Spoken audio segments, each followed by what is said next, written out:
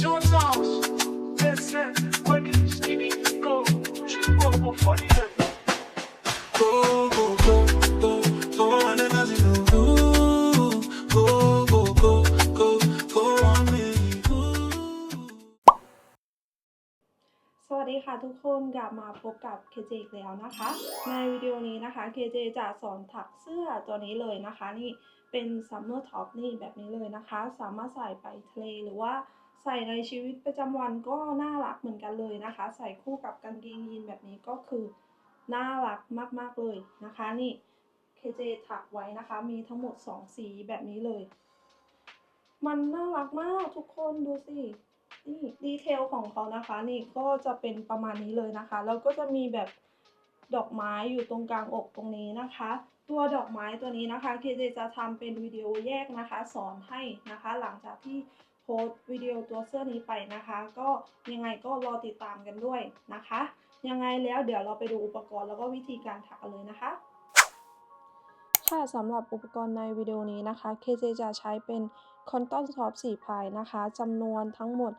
180กรัมนะคะอันนี้ก็ขึ้นอยู่กับสัดส่วนของแต่ละคนนะคะแล้วก็จะใช้เป็นเข็ม2ขนาดนะคะขนาดแรกจะใช้เป็นเบอร์5/0หรือว่า3มิลแล้วก็ขนาดที่2จะใช้เป็นเบอร์7/0ขนาด4มิลนะคะอันนี้ก็เลือกใช้ให้เหมาะสมกับไหมที่เพื่อนๆใช้ด้วยนะคะ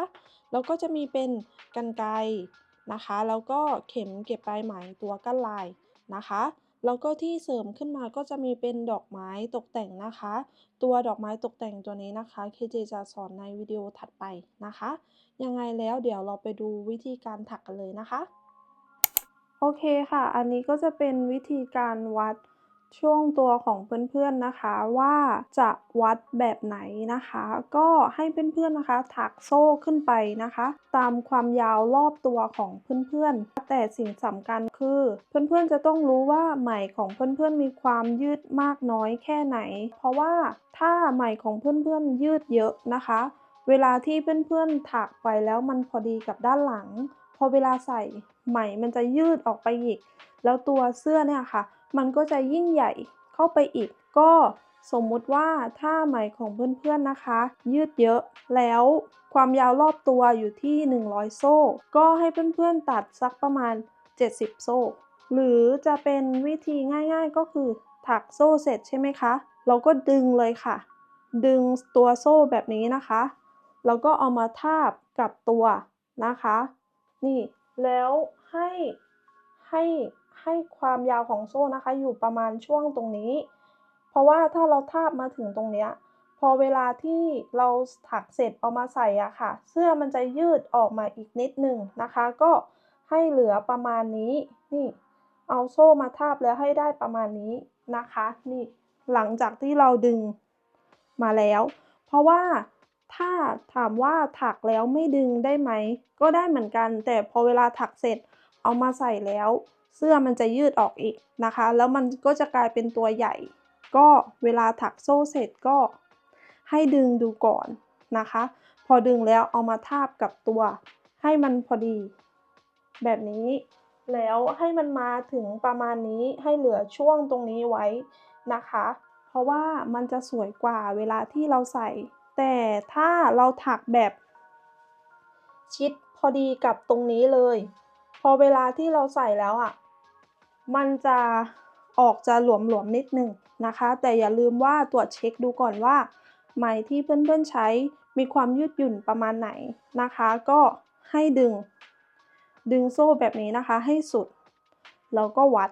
นะคะเพราะว่าถ้าไม่ดึงแล้วเพื่อนๆอ่ะวัดเลยแล้วพอไปถักเสร็จเอามาใส่ตัวเสื้อค่ะมันจะขยายใหญ่แล้วมันจะใหญ่ไปเลยนะคะอันนี้ก็ประมาณนี้นะคะค่ะหลังจากที่เพื่อนๆนะคะรู้วิธีการหาไซส์ของตัวเองแล้วนะคะก็หลังจากที่เพื่อนๆได้จำนวนโซ่รอบช่วงตัวที่เพื่อนๆต้องการแล้วนะคะอีกอย่างหนึ่งก็คือแพทเทิร์นนี้นะคะก็คือจะมี1ชุดจะมีทั้งหมด4หลักนะคะก็หลังจากที่เพื่อนๆนะคะได้จำนวนโซ่แล้วก็ลองเอามาหารกับ 4ดูว่ามันลงพอดีหรือเปล่าถ้ามันไม่พอดีก็ให้ลดหรือเพิ่มให้มันพอดีกับ4นะคะอย่างเช่นของ KJ นะคะของ KJ จะถักอยู่ที่ทั้งหมด128โซ่ก็ถ้าเอามาหาร4แล้วมันก็จะลงตัวพอดีนะคะหลังจากที่เอาจำนวนโซ่นะคะมาหาร4แล้วลงตัวพอดีแล้วจากนั้นให้เพื่อนๆบวกเพิ่มอีก1โซ่นะคะก็อันนี้ KJ จะทำเป็นตัวอย่างให้ดูนะคะก็อันนี้ KJ ถักไว้ทั้งหมด8โซ่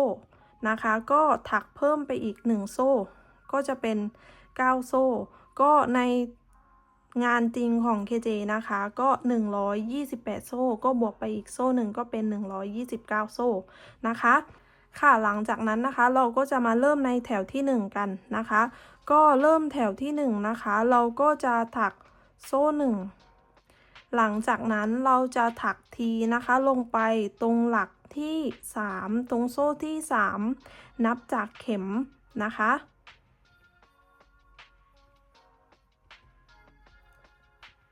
อันนี้ KJ ลืมบอกไปนะคะเข็มที่ KJ ใช้นะคะก็จะเป็นไซส์3มิลนะคะหรือว่า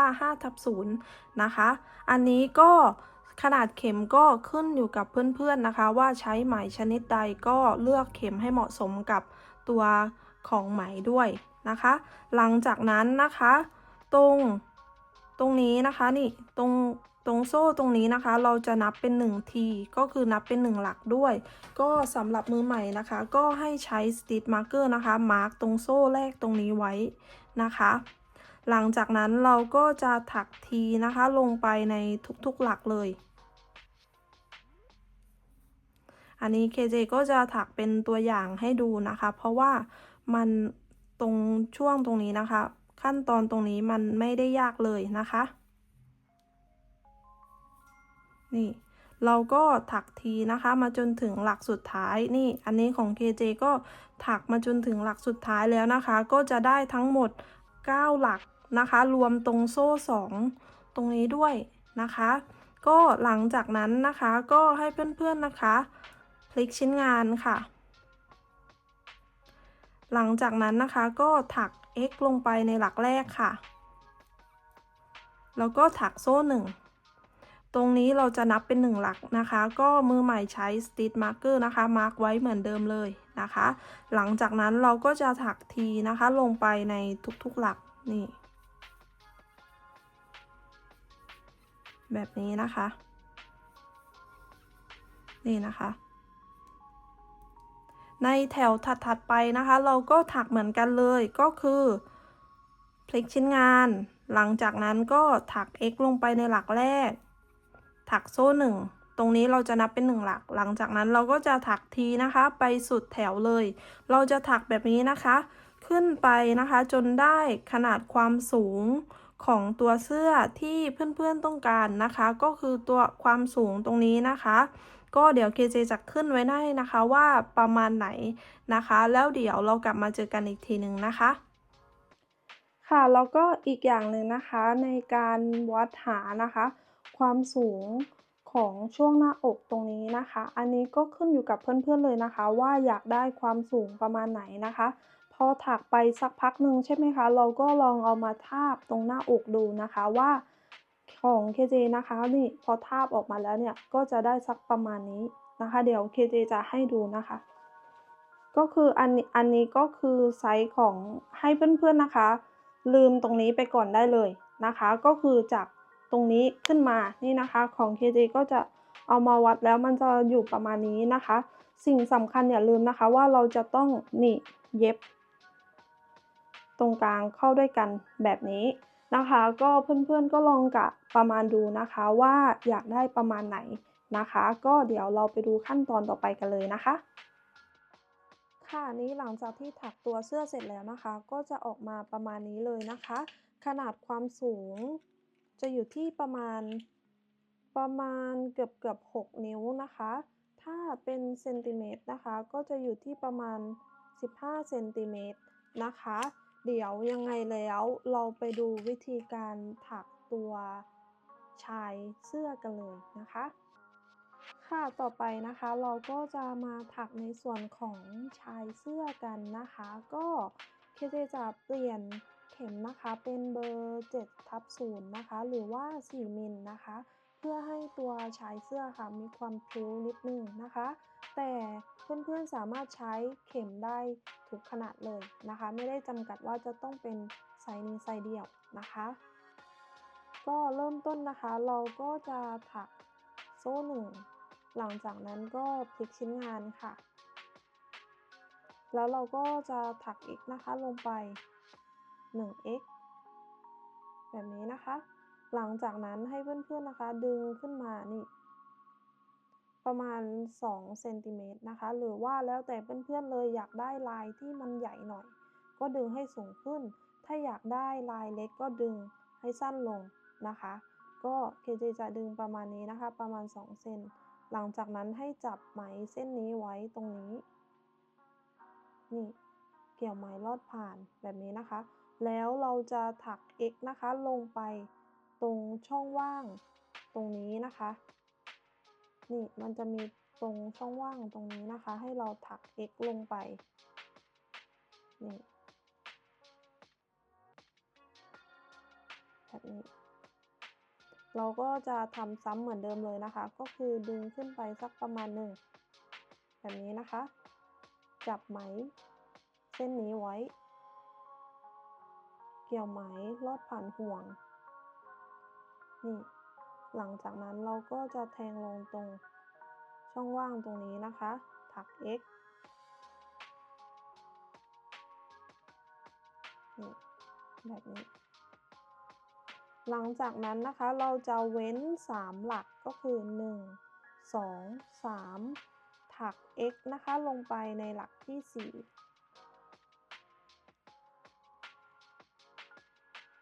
นี่ก็จะออกมาแบบนี้นะคะหลังจากนั้นเราก็จะทำซ้ำเหมือนเดิมเลยนะคะก็คือ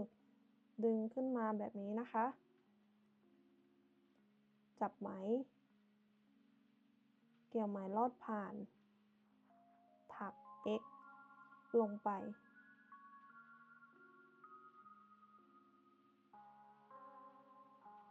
ดึงไหมขึ้นมาจับไหมเกี่ยวไหมลอดผ่านถัก x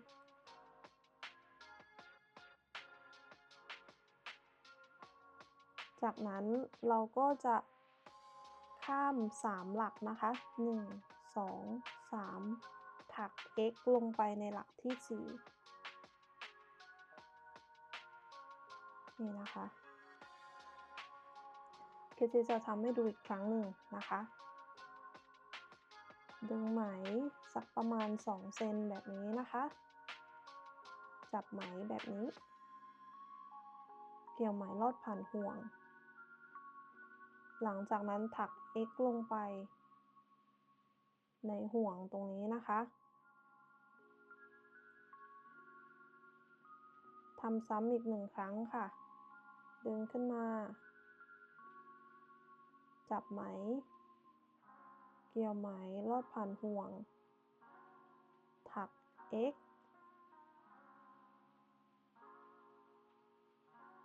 แบบนี้แล้วก็เว้น3หลัก1 2 3ถัก x ลงไปในหลักที่4แบบนี้นะคะเราจะถักแบบนี้นะคะมาจนถึงชุดสุดท้ายเลยก็คือหลักสุดท้ายเลยนะคะแล้วเดี๋ยวเรากลับมาเจอกันอีกทีหนึ่งนะคะ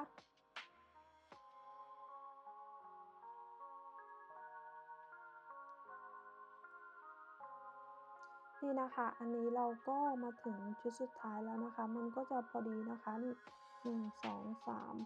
แล้วก็หลักสุดท้ายหลักที่4นะคะเราก็จะถัก x ลงไปนี่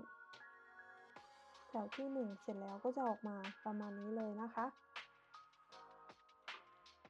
ค่ะต่อไปนะคะแถวที่2นะคะเราก็จะถักโซ่นะคะทั้งหมด4โซ่ค่ะแบบนี้นะคะหลังจากนั้นเราก็จะพลิกชิ้นงานค่ะ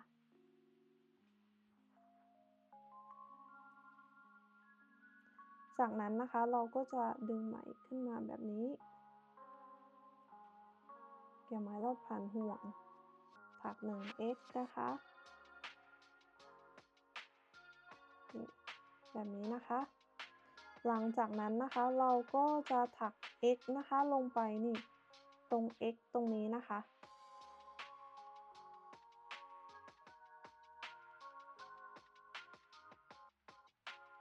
แบบนี้หลังจากนั้นเราก็จะดึงขึ้นมาเกี่ยวไหมรอบผ่านห่วงถัก 1x ทำซ้ำค่ะดึงขึ้นมาเกี่ยวไหมรอบผ่านห่วงถัก x แบบนี้นะคะหลังจากนั้นเราก็จะมาถัก x ลงตรงนี้นะคะนี่ตรงนี้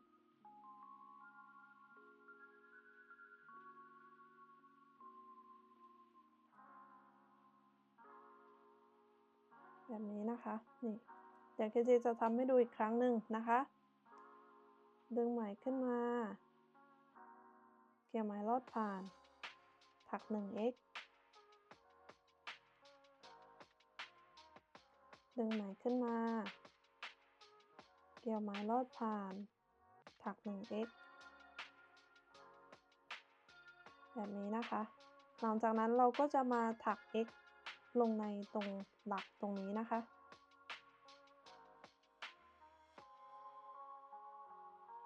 นี่เราก็จะทำซ้ำแบบนี้นะคะถักนี่นะคะมาจนถึงนี่ชุดสุดท้ายตรงนี้นะคะแล้วเดี๋ยวเรากลับมาเจอกันอีกทีนึงนะคะโอเคค่ะนี้เราก็ถักนะคะมาจนถึงชุดสุดท้ายของแถวที่2แล้วนะคะนี่ก็จะออกมาประมาณนี้เลยนะคะในตอนจบสุดท้ายนะคะของแถวที่2นะคะเราก็จะดึงไหมขึ้นมาแบบนี้จับไหมไว้แบบนี้เกี่ยวไหมรอบพันห่วงถัก 1x หลังจากนั้นเราจะถัก1 triple crochet นะคะก็พันเข็ม2ครั้งแล้วเราจะแทงลงไปตรง x แรกตรงนี้นี่นะคะสังเกตว่ามันจะมีอยู่1 x ให้เราถัก triple crochet ลงไปค่ะ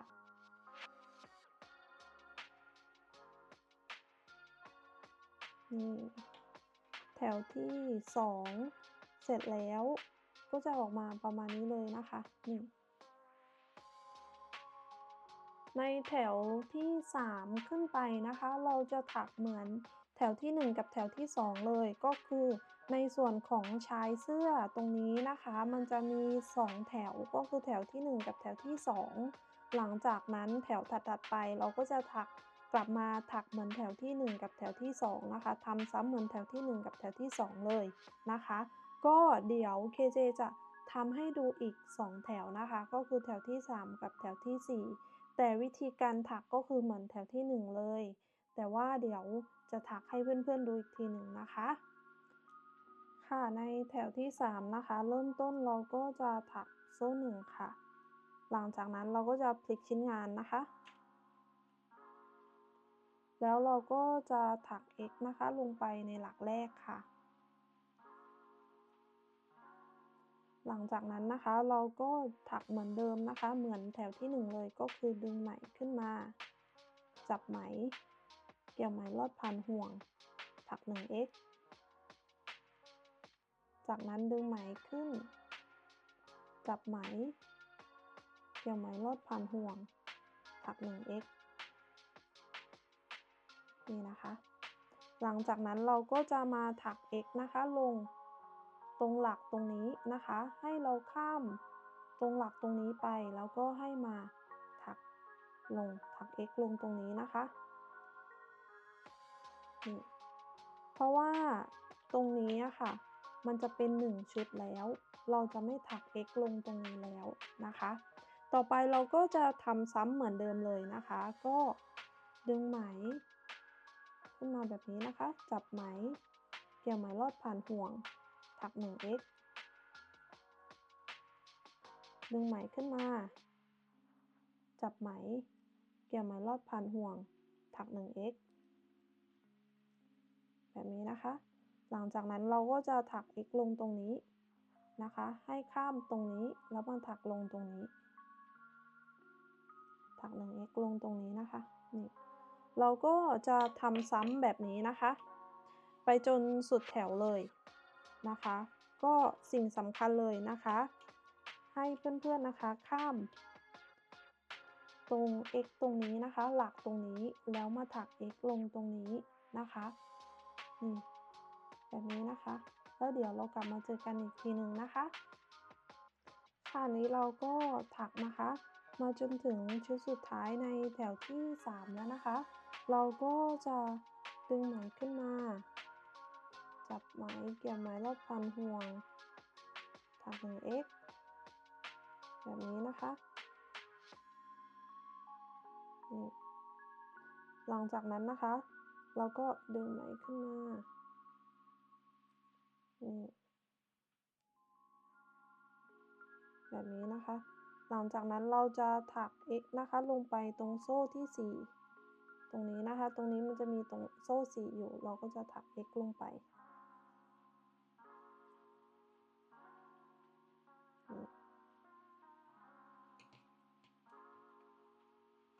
นี่นะคะแถวที่3เสร็จแล้วก็จะออกมาประมาณนี้เลยนะคะค่ะต่อไปแถวที่4นะคะเราก็จะถักโซ่ขึ้นไปทั้งหมด4โซ่นะคะเหมือนกับแถวที่2เลยเราจะถักเหมือนแถวที่2เลยนะคะก็ถักโซ่ขึ้นไป4โซ่เล็กชิ้นงานค่ะ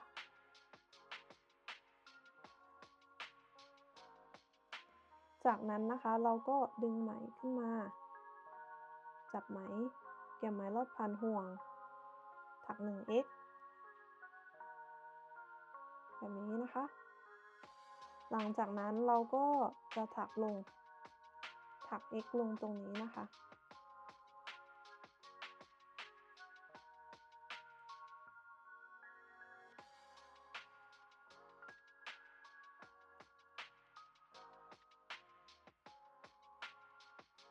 นี่ก็จะออกมาแบบนี้นะคะจากนั้นเราก็ถักเหมือนเดิมเลยค่ะดึงไหมขึ้นมาจับไหมเกี่ยวไหมรอบพันห่วงถัก 1x ทำซ้ำดึงไหมขึ้นมาจับไหมเกี่ยวไหมรอบพันห่วงถัก 1x แบบนี้นะคะหลังจากนั้นเราก็จะถักลงตรงนี้นะคะ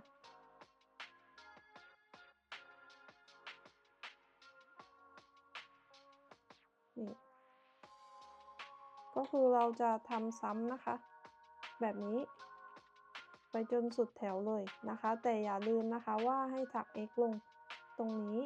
เราจะไม่ถักลงตรงนี้ให้ถักลงตรงนี้แบบนี้นะคะแล้วเดี๋ยวเรากลับมาเจอกันอีกทีนึงนะคะนี่นะคะอันนี้เราก็มาถึงชุดสุดท้ายนะคะของแถวที่4แล้วนะคะเราก็จะดึงไหมขึ้นมาแบบนี้นะคะจับไหมเกี่ยวไหมรอบผ่านห่วงถัก 1x หลังจากนั้นเราจะถัก triple crochet นะคะลงไปตรง x ตรงนี้นะคะนี่ตรงที่นี่ตรงนี้นะคะ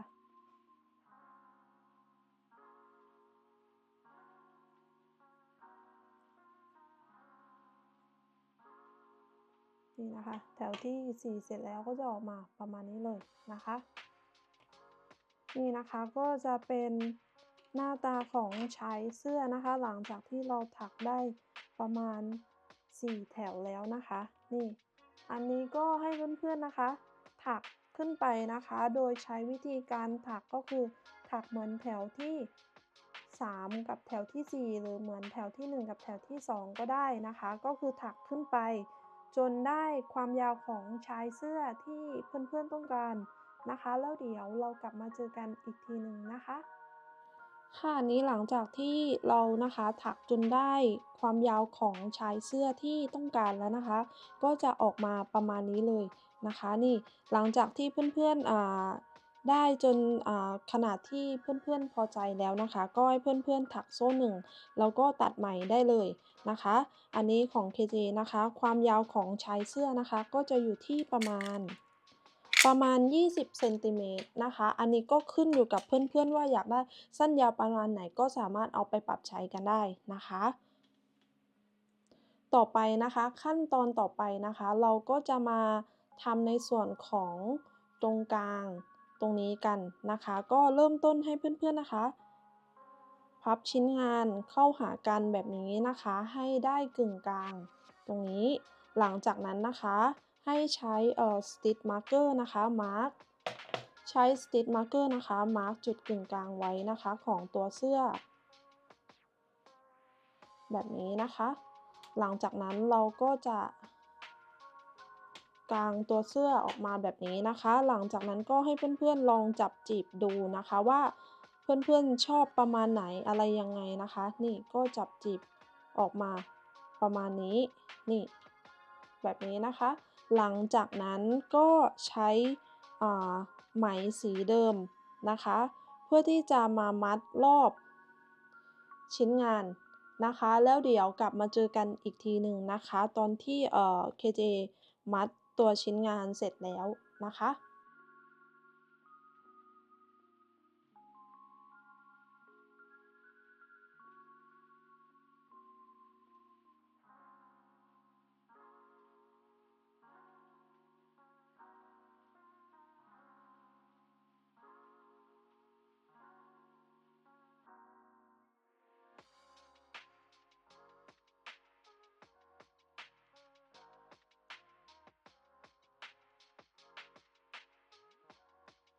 นี่นะคะหลังจากที่เรานะคะมัดตัวเสื้อเสร็จแล้วนะคะก็จะออกมาประมาณนี้เลยนะคะหลังจากนั้นนะคะให้เพื่อนๆถักโซ่นะคะแบบนี้ทั้งหมด2เส้นนะคะก็ KJ จะใช้เป็น2เส้นคู่แบบนี้นะคะกับเข็มเบอร์7/0หรือว่า4มิลนะคะก็ถักโซ่ขึ้นไปนะคะชิ้นแรกนะคะเส้นแรกก็จะเป็นการตัวของช่วงของคอเสื้อนะคะอันนี้ก็ถักไปขึ้นไปนะคะให้ได้ขนาดช่วงของคอเสื้อของเพื่อนๆเดี๋ยวเคจะขึ้นภาพให้ดูนะคะว่าเป็นส่วนไหนก็คือเราจะเอามาทำตรงนี้นะคะก็คือเส้นนี้จะเป็นเส้นที่สั้นกว่าเส้นที่2นะคะส่วนเส้นที่2จะเป็นในส่วนของตัวสายด้านหลังนะคะที่เราจะเอามายึดกับตัวชิ้นงานนะคะตัวสายด้านหลังตัวนี้เราจะถักยาวนิดหนึ่งนะคะก็อันนี้ก็แล้วแต่ช่วงตัวของเพื่อนๆนะคะบางคนก็ตัวเล็กตัวใหญ่ก็แล้วแต่นะคะก็สามารถไปถักตามไซส์ของเพื่อนๆได้เลยนะคะจากนั้นนะคะเราก็จะเอาเส้นที่สั้นนะคะเส้นแรกเอามาประกอบนะคะก็คือเอามาใส่ตรงนี้อันนี้ก็คือจะเป็นด้านหน้าอันนี้ก็จะเป็นด้านหลังใช่ไหมคะก็ให้เราสอดเข็มเข้าไปแบบนี้แล้วก็เกี่ยวตรงโซ่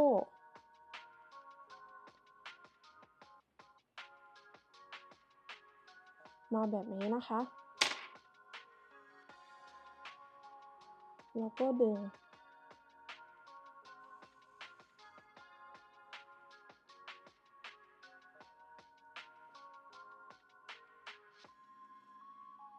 นี่ประมาณนี้นะคะจากนั้นก็ให้เพื่อนๆนะคะติดตัวดอกไม้ที่เพื่อนๆถักกันนะคะ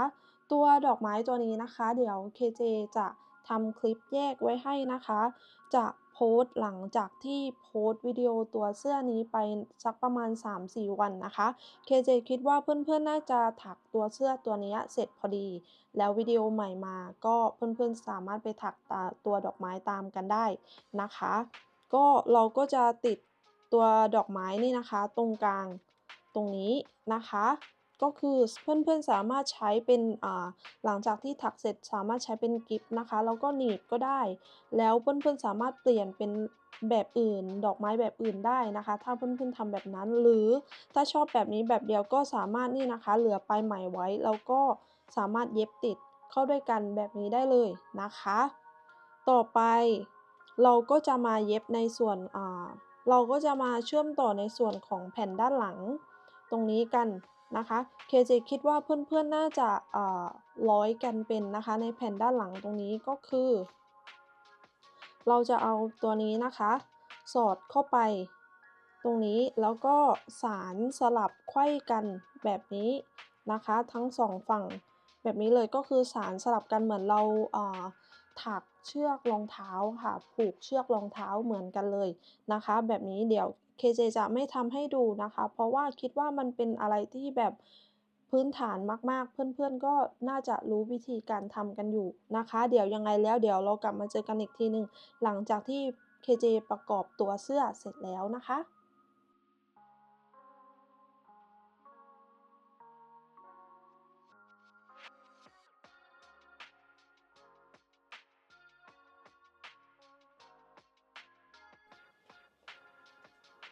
นี่นะคะเสร็จแล้วก็จะออกมาประมาณนี้เลยนะคะหลังสวมใส่ก็จะประมาณนี้เลยนะคะนี่อันนี้ก็จะเป็นดีเทลตรงหน้าอกนะคะนี่ก็จะเป็นดอกไม้แล้วก็มีตัวห้อยคอแบบนี้เลยนะคะนี่อันนี้ก็จะเป็นอีกตัวหนึ่งนะคะนี่อันนี้ก็จะคือเป็นตัวต้นแบบนะคะนี่จะสังเกตว่าด้านหลังนะคะKJถักตัวเสื้อตรงนี้ค่ะยาวไปแล้วพอเอามาใส่มาผูกกับด้านหลังเนี่ยก็คือมันจะชนแล้วเวลาใส่เนี่ยตัวเสื้อมันก็จะค่อยๆดึงลงนะคะนี่อันนี้ก็จะเป็นอีกตัวหนึ่ง ยังไงก็ฝากกดไลค์แล้วก็กด Subscribe ให้ KJ ด้วยนะคะเพื่อเป็นกำลังใจให้ KJ ได้ทำคลิปวิดีโอต่อๆไปนะคะแล้วก็ถ้าใครมีข้อสงสัยนะคะก็สามารถคอมเมนต์ทิ้งไว้ได้เลยนะคะแล้วเดี๋ยว KJ จะรีบกลับมาตอบให้นะคะยังไงแล้ววิดีโอนี้ KJ ลาไปก่อนนะคะยังไงไว้เจอกันใหม่ในคลิปวิดีโอหน้านะคะวันนี้สวัสดีค่ะ